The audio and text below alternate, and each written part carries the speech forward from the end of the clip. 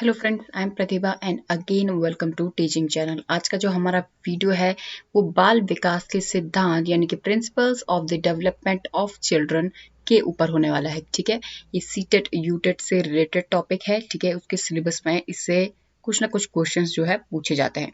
तो वीडियो में आगे जाने से पहले अगर आपने हमारे चैनल को सब्सक्राइब नहीं किया तो मेक श्योर आप इसे जरूर सब्सक्राइब कर लें और पास ही बड़े बेल आइकन को जरूर दबाएं, जिससे जब जब भी हम वीडियो डालें आपके पास नोटिफिकेशन इजीली और सबसे पहले आपको नोटिफिकेशन मिल सके।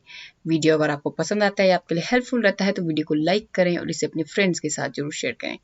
बात करेंगे सबसे पहले चाइल्ड डेवलपमेंट की, यानी कि जो बाल विकास है वो बेसिकली क्या होता है, क्या माना जाता है।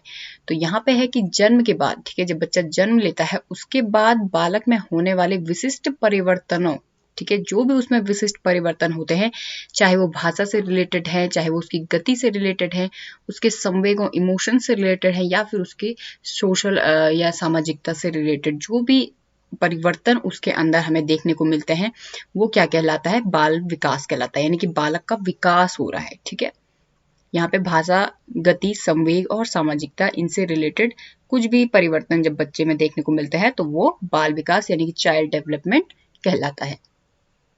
बात करेंगे बाल विकास के सिद्धांत की कि आखिर कौन कौन से सिद्धांत हैं। तो यहाँ पे 6 मेन सिद्धांत जो प्रिंसिपल्स हैं वो हमने लिए हैं। फर्स्ट है बाल की दिशा का सिद्धांत। ठीक है, यानी कि बालक की दिशा भी बोल सकते हैं यहाँ पे, या बाल की, चाइल्ड की जो है डायरेक्शन क्या है।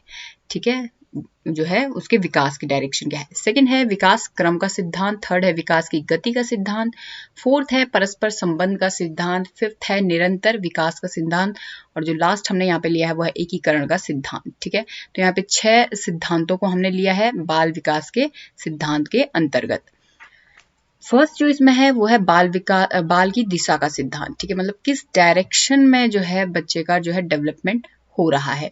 तो इसमें जो है कि इसके अनुसार क्या है। ठीक है, बाल की जो दिशा का सिद्धांत है, इस सिद्धांत के अनुसार बालक का विकास सिर से पैर की ओर होता है।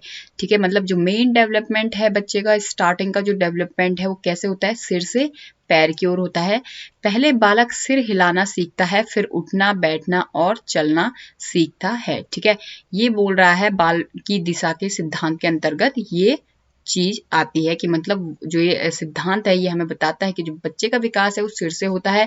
मतलब सबसे पहले वो सिर को हिलाना डुलाना सीखेगा, फिर वो अपने हाथ पैरों को, ठीक है, उठना सीखेगा, बैठना सीखेगा और लास्ट में वो फिर चलना सीखेगा।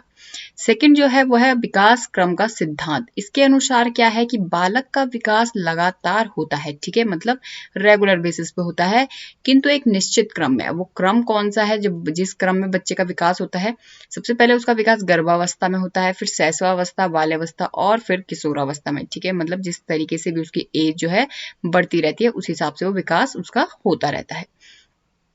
थर्ड जो हमारे पास है वो है विकास की गति का सिद्धांत। इसके अनुसार क्या है कि बालक जो है उसकी जो विकास की गति है वो हर अवस्था में अलग अलग होती है। ठीक है, यहाँ पे अवस्था में बोला गया था कि विकास क्रम का सिद्धांत मतलब क्रम से होता है। अब जो है विकास की गति का इस सिद्धांत है, मतलब जिस भी अवस्था में वो जो मेन क्रम है उसकी अवस्था का, उसमें भी वो एक जैसा नहीं होता है। ठीक है, मतलब किस तरीके से होता है, हर अवस्था में अलग अलग तरह से उसका विकास होता है।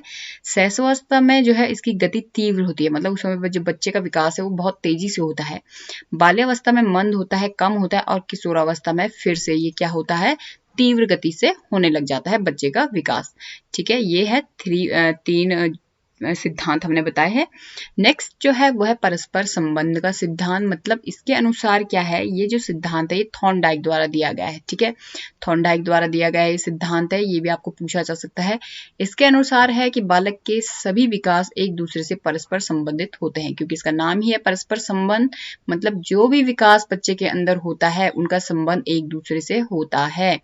यदि एक भी विकास सही रूप से नहीं हुआ तो बालक का जो है संपूर्ण जो विकास है वो नहीं माना जाएगा। तो बेसिकली इसमें क्या है कि किस तरीके से विकास हो सकता है, या तो उसका शारीरिक रूप से विकास हो सकता है बच्चे का, ठीक है, या तो बच्चे का जो है शारीरिक रूप से विकास हो सकता है।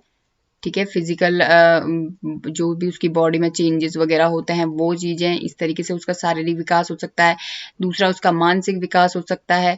तीसरा जो है उसका सामाजिक विकास भी होता है कि मतलब, तो ये जितने भी विकास उसके अंदर होते हैं, सामाजिक हो गया और एक इमोशंस पे भी होता है उसका, ठीक है, संवेगों पे वो नियंत्रण करना सीखता है कि कहाँ पे किस तरीके से हमें जो है रिएक्ट करना है। तो ये जितने भी विकास हैं ये आपस में एक दूसरे से संबंधित हैं। ये बोलता है हमें परस्पर संबंध का सिद्धांत, हमें ये बताता है कि ये सारे के सारे जितने भी वो है विकास होते हैं बच्चे के अंदर, वो क्या है, परस्पर एक दूसरे से संबंधित होते हैं। नेक्स्ट जो है फिफ्थ है वो है निरंतर विकास का सिद्धांत। ये भी हमें नाम से ही पता चल रहा है और ये दिया गया है स्किनर द्वारा, ठीक है। परस्पर सिद्धांत जो है वो थॉर्नडाइक द्वारा था, निरंतर वाला है स्किनर द्वारा, ठीक है। ये सिद्धांत क्या बताता है कि बालक का जो विकास है वो मंद जरूर होता है, मतलब कम जरूर होता है, जैसे कि हमने इससे पहले उसमें पढ़ा कि विकास की गति के सिद्धांत में कि बाल्यावस्था में मंद गति से जो है विकास होता है। तो लेकिन यहाँ पर क्या है, जो फिफ्थ वाला है कि निरंतर विकास का सिद्धांत, ये क्या बोला है कि जो बालक का विकास है वो मंद जरूर होगा, लेकिन क्या है, वो प्रक्रिया ऐसा नहीं होगा कि रुक गई है, ठीक है, किंतु जो विकास की प्रक्रिया है वो लगातार चलती रहती है, ठीक है। मतलब बच्चे का विकास हो सकता है कि किसी टाइम धीमा पड़े, ठीक है, लेकिन ऐसा नहीं है कि वो विकास रुक जाएगा, ठीक है, वो विकास जो है बच्चे का चलता रहेगा। नेक्स्ट जो है और जो लास्ट पॉइंट इसमें है वो है एकीकरण का सिद्धांत। इसके अनुसार क्या है कि जो बालक है वो संपूर्ण अंगों को चलाना सीखता है तथा अंत में सभी में एकीकरण कर पाता है, ठीक है। तो बेसिकली पहले क्या करता है बच्चा, अपने हाथ हिलाता है, ठीक है, फिर धीरे धीरे वो अपना पूरे जो है कोहनी तक हिलाता है, फिर वो अपना पूरा हाथ हिलाता है। तो इस तरीके से क्या होता है, पैरों में भी वो ऐसे ही करता है, ठीक है। गर्दन को पहले थोड़ा बहुत इधर उधर करेगा, फिर धीरे धीरे उठाना सीखेगा और लास्ट में वो क्या करेगा, प्रॉपर इधर उधर ठीक ढंग से देख पाएगा, अपनी पूरी गर्दन को घुमा पाएगा, या फिर गर्दन और हाथ, पहले वो एक जो है अपने हाथों को, अब उसने पूरा प्रॉपर एक हाथ चलाना सीख लिया, गर्दन उठाना उसने सीख लिया, पैर चलाना उसने सीख लिया। अब वो क्या करेगा कि लास्ट में सभी में एकीकरण कर पाएगा, ठीक है। मतलब सभी अपने बॉडी के जितने भी उसके पार्ट्स हैं उनको अपने अकॉर्डिंग चला पाएगा। अगर उसे जरूरत है, उसे साइड मोड़ना है, वहां से उसे कुछ निकालना है, तो अपने हाथ और गर्दन सभी का यूज करेगा। उसके वहां जाने के लिए वो अपने पैरों का भी यूज करेगा। तो ये लास्ट का जो सिद्धांत है वो एकीकरण का सिद्धांत है। मतलब सारे ही पहले संपूर्ण अंगों को चलाना वो सीखेगा और अंत में सभी में एकीकरण कर पाएगा, ठीक है। तो आई होप गाइस कि आपको हमारा वीडियो पसंद आया होगा। अगर आपको हमारा वीडियो पसंद आया तो वीडियो को लाइक करें, शेयर करें, चैनल को जरूर सब्सक्राइब करते रहें। Thank you.